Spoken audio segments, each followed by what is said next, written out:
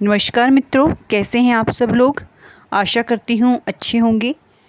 तो जो मेरी आज की स्टोरी है उसमें एक पिता अपने बहू और बेटों से कहता है कि मैं इस घर का चौकीदार नहीं हूँ। तो इसी वाक्य के इर्द गिर्द घूमती है कहानी। चलिए इसे सुनते हैं। पापा बस हम लोग निकल रहे हैं, शाम को घर लौट आएंगे। आप प्लीज़ घर का ख्याल रखना। हाँ, आपका खाना टेबल पर रख दिया है, जब भी भूख लगे तो खा लीजिएगा। रात तक का खाना बना दिया है।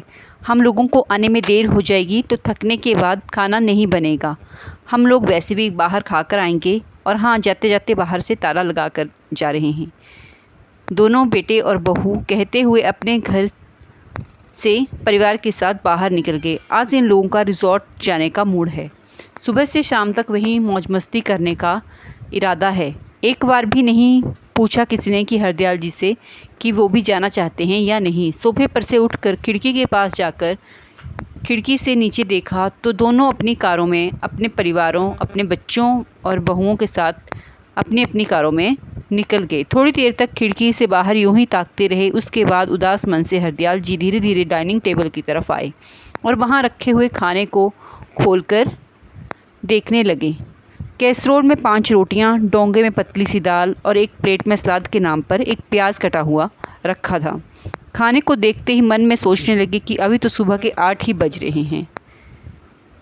आज पूरा दिन मुझे इसी खाने से निकालना है। रात को भी खाना नहीं मिलेगा। इतने से मेरा पेट कैसे भरेगा। पिछली बार भी जब ये लोग घूमने गए थे तब भी बहू इतना सा ही खाना बनाकर गई थी।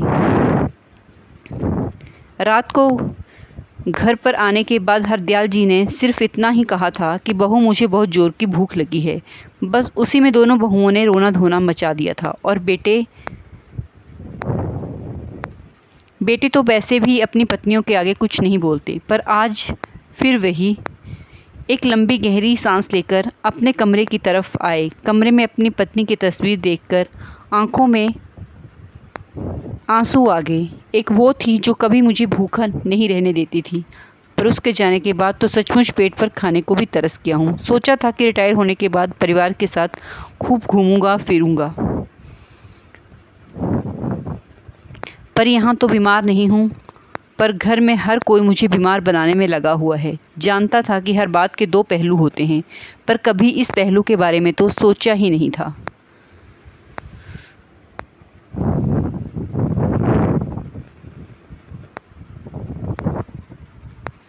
पहले कितना घूमने का शौक था। महीने में 2 बार तो परिवार के साथ बाहर घूमने निकल जाते थे, पर अब कितने महीनों से घर से बाहर भी नहीं निकला हूँ। ये लोग जब भी जाते हैं ताले में बंद करके जाते हैं। एक बार भी नहीं पूछते कि पापा आपको भी चलना है क्या। अब तो घुटन सी होने लगी हैं। किसी से बाहर बात भी करने नहीं देते और खुद भी बैठकर बात करना पसंद नहीं करते।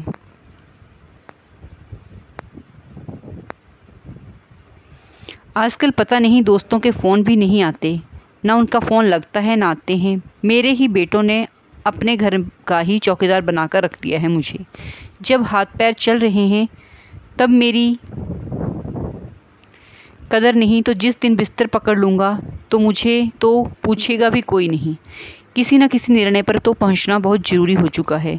अभी हरदयाल जी मन ही मन सोच रहे थे कि उसके फ़ोन पर एक अननोन नंबर से फ़ोन आया। जब मोबाइल फ़ोन उठाया तो दूसरी तरफ से उनके दोस्त कैलाश जी बोल रहे थे, और हरदयाल कैसा है, कितने दिनों बाद तेरा फ़ोन लगा है। अरे कैलाश, आज इतने दिनों बाद तुझे मेरी याद कैसे आई। भाई, यह पूछने के लिए कि कब तक भाभी के जाने का गम बनाएगा। कुछ आगे का सोचा है कि नहीं। हरदयाल कहता है कि मतलब यह है कि इस बार हम सारे दोस्त मिलकर रामेश्वर घूमने जा रहे हैं। तू भी चलेगा साथ इस बार। पिछली 2 बार भी तुम मना कर चुके हो। मैंने मना किया कब। अरे पिछली बार वैष्णो देवी यात्रा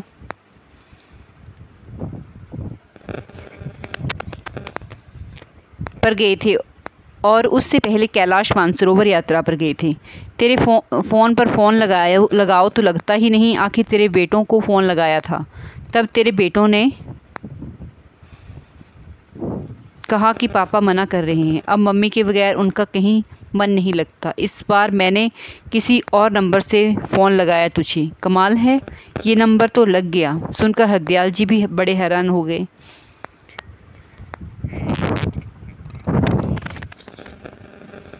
उन्हें तो बिल्कुल पता ही नहीं था कि पहले भी 2 यात्रा जा चुकी हैं। मतलब बेटों ने उन तक बात पहुंचाई ही नहीं।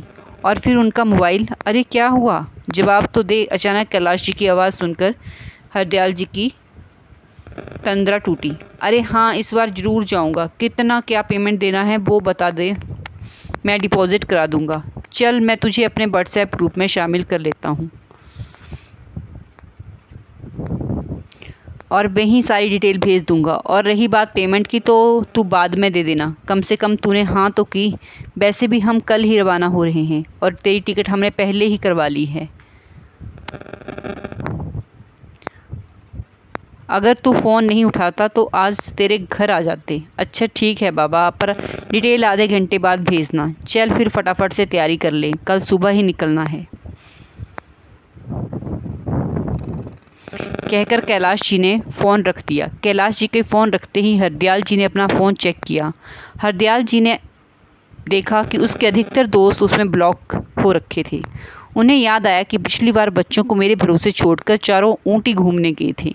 देखकर हरदयाल जी का दिमाग चकरा गया। इतना बड़ा धोखा। कुछ देर तक आंखों में आंसू लिए अपनी पत्नी की तस्वीर की तरफ देखते रहे। फिर आंसू पोंछकर सबसे पहले हरदयाल जी ने अपने सारे दोस्तों को अनब्लॉक किया। उसके बाद उठकर अपने कमरे में गए और अपनी अलमारी में से अपने टूर पर पहनने वाले कपड़े निकालकर पैक किए। अपने स्पोर्ट्स शूज़ निकाले और उनकी धूल साफ़ की। कुछ कैश और आईडी अपने पास रखे। मोबाइल पर अपने अकाउंट चेक किए। अपनी दवाइयों का बॉक्स रखा। जितना समझ आया उस हिसाब से पैकिंग कर ली और इंतज़ार करने लगा दूसरे दिन का। रात को जब बच्चे घर आए तब तक हरदयाल जी सो चुके थे। किसी ने भी उनके कमरे में जाने की जहमत नहीं उठाई। सब अपने अपने कमरे में जाकर सो गए। दूसरे दिन जब बेटे और बहुएं सुबह चाय पी रहे थे तो हरदयाल जी तैयार होकर अपना बैग लेकर बाहर आए। उन्हें देखते ही बड़ा बेटा बोला, अरे पापा आप कहाँ चल दिए? मैं अपने दोस्तों के साथ रामेश्वर टूर पर जा रहा हूँ, मेरा टिकट भी है। हरदयाल जी की बात सुनकर चारों बेटे बहू एक दूसरे की शक्ल देखने लगे। बड़ी बहू बोली, पर पापा जी आप ऐसे कैसे जा सकते हैं? बच्चों के एग्ज़ाम शुरू होने वाले हैं और हमें भी बेंगलुरु रवाना होना है। मेरे मौसा जी के बेटे की शादी है। बच्चों को हम किसके भरोसे छोड़कर जाएंगे? आपने सोचा भी है? छोटी बहू ने भी कहा। और क्यों फालतू में पैसे खर्च करना? आपके पास इतना ही पैसा है तो थोड़ा बहुत हमें दे दीजिए, बेटे ने भी कहा। और वैसे भी इस उम्र में कहाँ घूमने की लग रही है आपको? कल को गिर पड़ गए तो कौन सेवा करेगा? इसलिए चुपचाप अपना सामान वापस कमरे में रख दीजिए, बड़ी बहू बोली। हरदयाल जी बोले, मुझे ऑर्डर देने वाली तुम कौन होती है बड़ी बहू? तुम लोगों ने मुझे समझ के रखा है, घर का चौकीदार हूँ मैं। अपने बच्चों को मेरे भरोसे छोड़कर चले जाते हो। तुम लोगों की हिम्मत कैसे हो गई कि मेरे मोबाइल में मेरे दोस्तों को ब्लॉक करने की? पापा आप गलत समझ रहे हैं, वो आपको कोई डिस्टर्ब ना करे इसलिए ब्लॉक किया था। अच्छा, मेरे आराम का इतना ही ख्याल है तो अपने बच्चे खुद संभालो। और रही बात मेरे घूमने फिरने की खर्चे की, तो वो मैं अपने खुद के कमाए हुए पैसों से कर रहा हूँ, किसी को बताने की ज़रूरत नहीं है। अभी तो मैं रामेश्वर जा रहा हूँ, वापस आने के बाद निर्णय लूँगा कि अब मुझे क्या करना है। बहुत हो गई तुम लोगों की मनमानी, कहकर हरदयाल जी वहाँ से रवाना हो गए। बेटे बहू से कुछ न बोलते बना।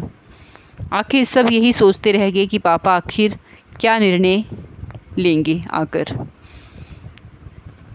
धन्यवाद। आपको स्टोरी कैसी लगी कमेंट जरूर करें और चैनल पर पहली बार आए हैं तो सब्सक्राइब करें और वीडियो को लाइक करें। धन्यवाद।